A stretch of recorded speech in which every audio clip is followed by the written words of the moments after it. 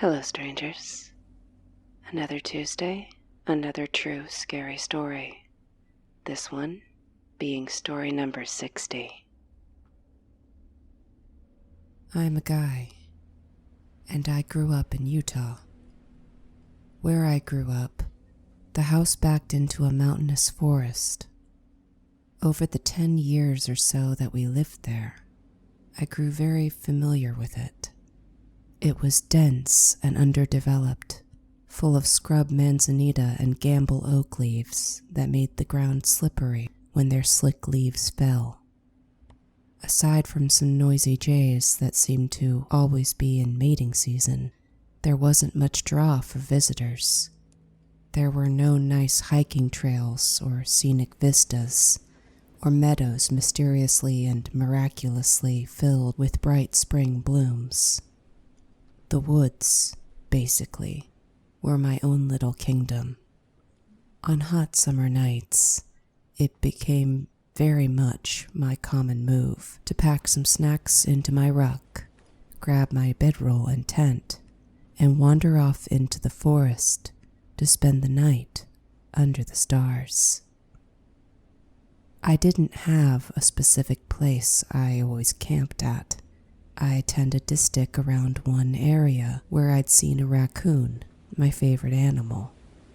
I set up my tent and hung my bag up in the tree. We didn't have bears, but it was good practice. Then I trucked off to see what flora I could identify. I'd hit the fungus part of my guidebook, and I was eager to make a dent. Morels were easy, but King Bolete was a challenge. It was nearing dusk by the time I finally found a cluster growing out from under a clump of rotting spruce needles. Score. I dug around in my pocket for my phone, wanting to take a picture. When the camera on my phone flashed, I was surprised. I'd been focused on the one clump of King Boletes I'd seen, so focused that I didn't notice another clump a few feet away, and another off to the left. I slowly turned, realizing that the mushrooms formed a curved line. A circle. I was standing just inside a circle of mushrooms, so perfect it looked planned or planted that way. I'm sure most of the people reading this have heard of fairy rings. I'm not superstitious myself, but apparently stepping into one is supposed to be very bad news. I had stepped into it without realizing, so maybe it didn't count. I really didn't know. I also didn't know what supposedly was to happen to anyone who did step into one. Feeling a little dumb for even caring, I carefully backtracked out of the mushroom circle. I avoided stepping on any of the mushrooms as I did. There, I thought. I didn't mess it up. That'll be good enough. I made my way back to camp feeling elated. But as I did, I heard a branch snap behind me. I stopped, freeing my flashlight and shining it around. Nothing. It wasn't too weird. Pinecone falls, small animal scurries. This is normal sounds for the woods. So I continued walking. Heavy sounds came from behind me, sounding like breathing. I took 2 more steps. Another sound. I could just tell there was something there. This wasn't like a ground squirrel making one noise and a jay dropping a nut to break it against the floor, making another. The sounds came from the same direction and belonged with each other. I took 1 more step, and from behind me came another sound. A branch breaking. This sent all my arm hair standing up on end. This thing was moving with me. It was aware of me, enough so to only make sound when I was on the move. I slowly turned again and shone my light around. A quick rustle to my left, and I turned the beam to a tree. Just a tree. deep breath. It's okay, Tyler. But then the tree looked kind of off, wrong somehow. I stepped closer. Most of the trees in our area were gnarled in shape, but their bark was smooth. This one looked like it had bumps or growths jutting out. Its silhouette was lumpy. I stepped closer still, and I swear, as I got closer to this weird, afflicted tree, I could hear the breathing sound again.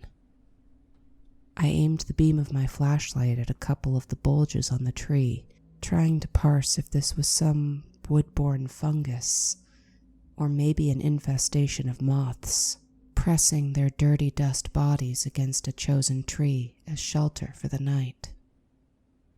I stepped closer still, the beam of my flashlight focusing more and more on a pair of bulges, meaning that when that pair of bulges flipped open, revealing a pair of eyes, roomy, with irises the color of red clay mud, I was staring directly into them. I screamed and lunged backwards, turning on heel to run like hell. Over my crashing through the scrub brush, I couldn't tell how close it could be to me. I couldn't tell if it was following me.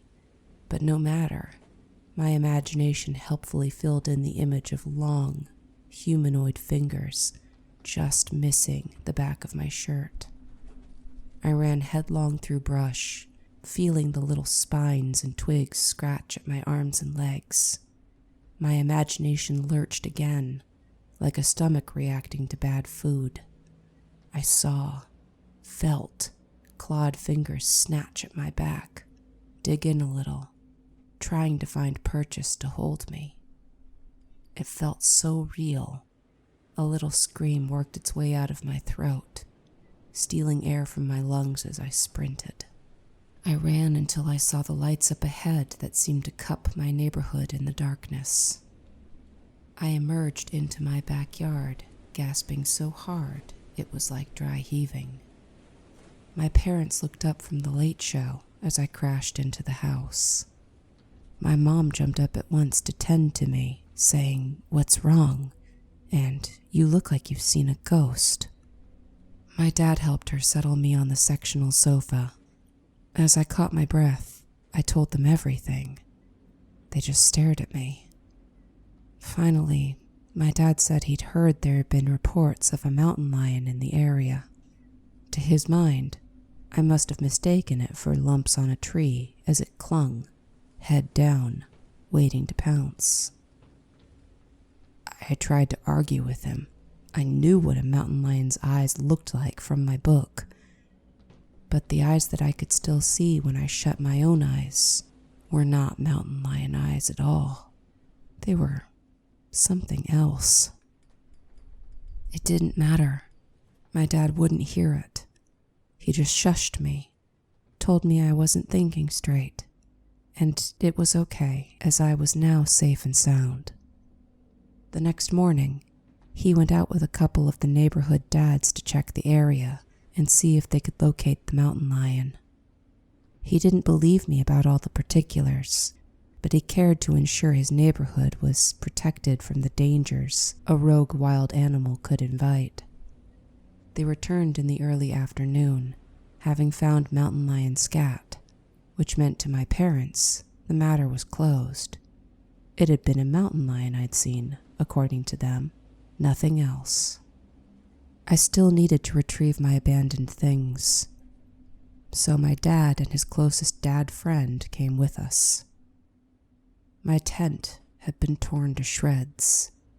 What was left of my bedroll was bleeding the cotton poly filler it was once stuffed with. But one of the things not destroyed was my bag, still hung like a bear bag in the tree. Given its load of a ham and cheese sandwich and, per my dad's suggestion, at a lion's climbing capabilities, this made no sense. But that's not what scared me. No, the thing that scared me was the only other thing left undamaged, but definitely moved, arranged. My guidebook. My little guidebook of the plants and animals of Utah that I'd been working through like a checklist.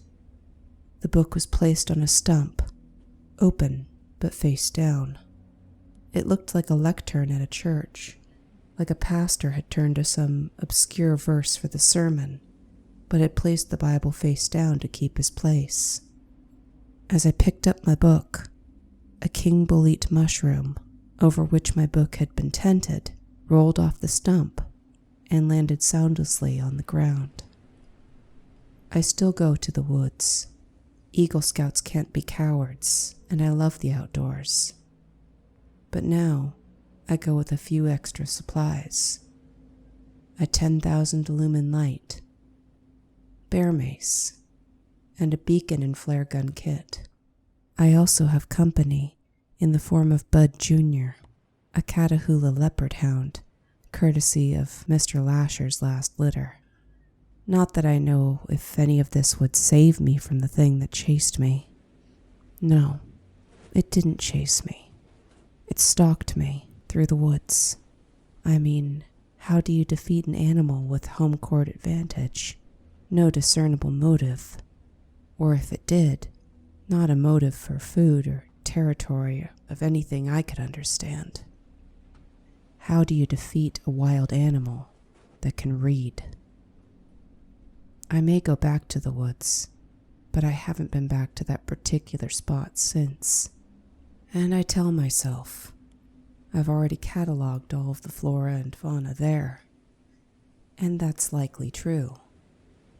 Except for one animal, of course. But something tells me that animal isn't one I'm going to find in any book. Well, well, would you look at that? It's your lucky day. You've stumbled across an extra story. Short and sweet. I work as a bartender. I guess out of my friend group that would put me in the underachiever class, but I have a good time. I genuinely enjoy being around people, and I make decent money. But it is sort of a manic place to work. When people are happy, oh, the tips are flowing. When people are upset, though, watch out. Behind the bar, I'm privy to a lot of social interactions. And like I said, some are positive, some are negative. But there's one that'll stick with me. This girl was there. I don't think she came alone, but I think her friend peeled off, be it outside to smoke or neck with some guy in the alley. But it left the girl alone, and she looked a little unsteady on her feet. I tend to watch out for girls like that. Sure enough, coming in from her left flank came the sort of Lothario I was used to. To subvert the quote, where other men had class and manners, this one had Axe body spray and Ed Hardy t-shirts. He cozies up to her left side, a hand automatically going to her elbow to get her attention, and offers to buy her a drink. She laughed and asked what he'd recommend, and he said Fireball, a type of cinnamon whiskey. He motions me over and asks for the 2 shots. I took a beat, one beat, to really look at her eyes, and I saw nothing that worried me there. Yeah, they were a little glisteny, as were most of the patrons in the bar. But she wasn't alarmed. Her eyebrows weren't drawn up in that sort of querying help-me way. She was smiling, and as I watched, she reached out and gripped him. Okay then. I was just watching a good old American connection. I smiled, poured their shots, and got back to it. The bar got busier that night. I think the college series softball game had let out, and we were packed with the revelers and the mourners alike. It must have been an hour or 2 later before that girl finally returned to my view. Whatever okay feelings I'd had about her before, though, were gone. The smile that had been curling up the corners of her mouth was flatlined. She looked rough and lost.